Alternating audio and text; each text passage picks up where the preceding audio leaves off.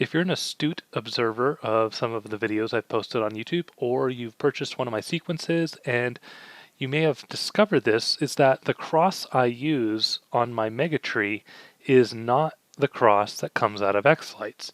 And now it's not 100% the case, or sometimes I do use the cross out of xLights, but I honestly prefer drawing my own cross on the megatree and doing a submodel for it because I think it just looks better than the cross that comes out of the shape effect in xLights. And here's an example of it. This is the sequence Gloria. And this is the version that you would get if you were purchasing in the store. Is you have 3 different megatrees that come with it. You have the main megatree, which is labeled megatree, and this is how I do mine. If you've seen the videos I've done on how I do the megatree with the bottom skirt, this is that version. This is the megatree model, which is actually a shadow model that lives in the background in my xLights sequencing. But if you're actually importing the sequence, you're typically going to import one of these, either the Megatree 360 or the Megatree 180. And these are the same effects, as you can see. Everything's the same, except there's going to be some subtle differences in perhaps the size of an effect, as far as like how many bars or how many, like in a spiral, how many spirals do I have, or the width of an effect. I might change a little bit to make it fit better on either a 180 or 360 tree. But overall, they're the same sequences, so when you import, you just import whatever is most appropriate to the tree you have. But the actual data is still there for my original tree. If you want to do something like mine with the 360 tree with a skirt, you of course can do that. But I want to pay attention here to what's going on here in the sequence. And I'll just run this on a loop here. In this portion of the sequence, I have a cross that comes up on the megatree. And you can see it here. It's on the upper section of the tree. It's not on the bottom skirt. And this is showing the megatree shadow model that I mentioned just a minute ago that's in the background. And in order to achieve it coming up from basically the ground level up, it starts here. So it starts about a third of the way up and goes towards the top. And this is by contrast to the xLights model. So if I click on this, this is the xLights model on the 360 tree or the 180 tree. See, a 360 tree, it tries to bend it a little bit more on the back, so it looks really unusual. If you have a 180 tree, it's not as bad. It does look more like a cross. But on the 360 tree, the xLights cross, and this is coming off this, the shape effect, and I don't have my effects turned on. If I pull this up, and you see here, this is the shape effect on the crucifix, and you set your settings to whatever size you want, and that is what is creating the effect here. But what's going on my version that I run in my display is I'm actually just putting, and I'll stop this here, I'm just putting an on effect, a simple on effect on a cross submodel that I previously defined to draw a cross. And I don't ever put like actual effects like spirals or say single strand. I don't do any of that stuff on it. I'm really just doing a on effect, because when I'm putting the cross on, I just want to put the cross on. I'm not doing anything fancy with it. So that's typically what you're going to see if you were to dive into this, is I just put an on effect. So how do I do this, and how do you create a submodel of the cross so that you don't have to use the xLights model and you can get what I would argue is a better looking cross? So that's what we're going to talk about here, and I'll show you how we do it. So go into the xLights layout, and as I talked about, I have a separate megatree that I hide back on a different preview page, and we have several here.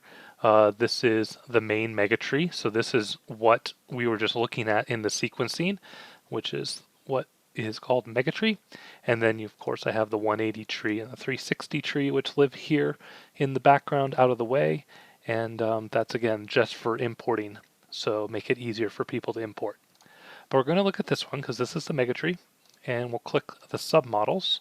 I'll just expand this, and I have 2 submodels here, blackout This is actually what I use to black out the bottom portion of my tree. There's a section because my strings are not of equal length on the tree because of my slope.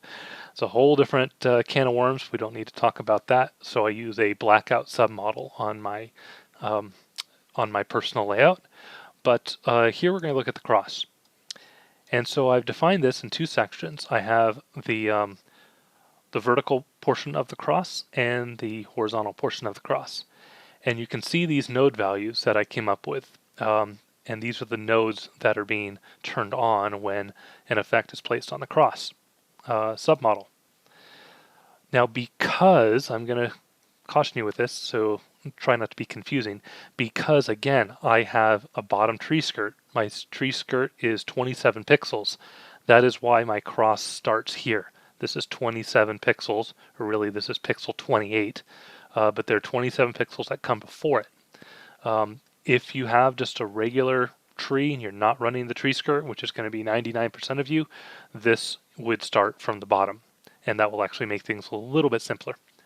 You'll also notice here I don't go all the way to the top.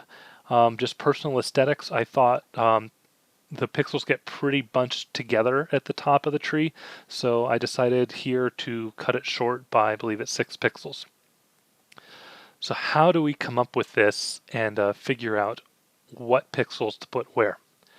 So as is in the case for the Megatree shadow modeling video I did for doing the 360 tree with the skirt, this is going to have some similarities on counting node values and adding those up between the strings.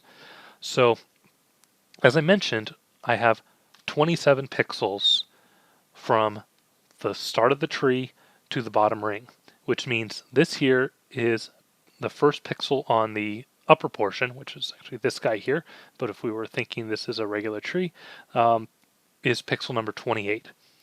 Again, if you're just using a regular tree, you're going to be pixel number 1. But in this case, it's 27 and the first pixel is 28, so I'm actually going to go 28. Then I know that I have a total of 107 pixels per string. So if we add 107 to this, this will be the first pixel at the start of string 2. Add another 107, that's the first pixel on string 3, string 4, 5, 6, and so on. Now, because I'm on a corner lot, I don't put my cross dead center in the tree. So I have a 48 string tree. I don't have it directly in the front centered on string 24. I have it skewed a handful of rows over, and you can kind of see that here. I think this here would probably be the center, and so I'm like 2 offset to the corner, so the corner gets a little bit better viewing angle. And that's just personal preference, so you can do whatever you want.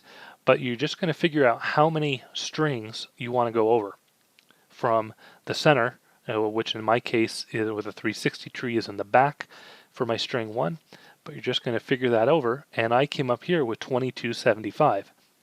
So if I keep adding 107 to this, once I get around to, I think it's string, I can't do the math, maybe 21, something like that, I get to 2275. And so we are talking, this is the first pixel on my main upper section of the tree that I'm doing here.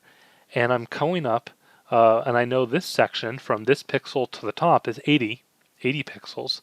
And I already said I'm not doing the first 6 or the last 6.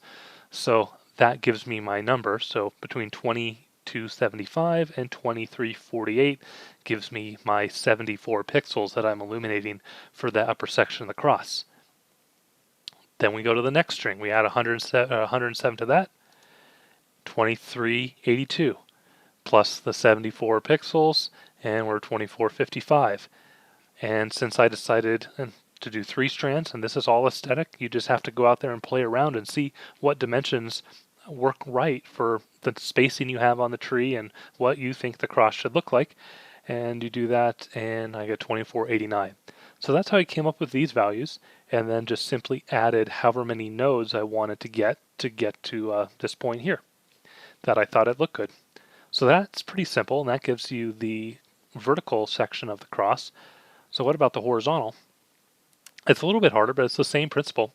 Is you're going to come over and figure out, just as you did, how many strings wide you want to go. So that's something you can kind of look at and take a stab at it in the dark, and you can add more, or you can have more pixels at first and delete the ones you don't use, or you could go vice versa, or it's kind of just, again, your aesthetics and what you think.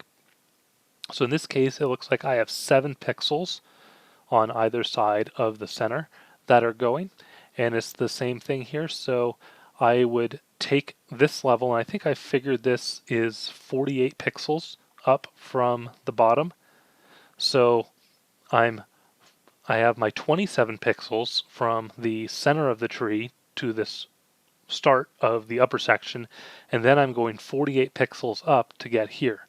So once I get that number, just like we did before, that was 1574 is what I came up with. And I decided here we're going 5 pixels tall, so that gives me 1574 to 1578 as the node range. And if we take that calculator and I take, once you get that first value, take 1574, now to get to the next pixel over, it's again 107 pixels difference, because that's my total number of pixels per string. So 1574 plus 107 gives me 1681. So that's my next one here, and then just add 5 pixels.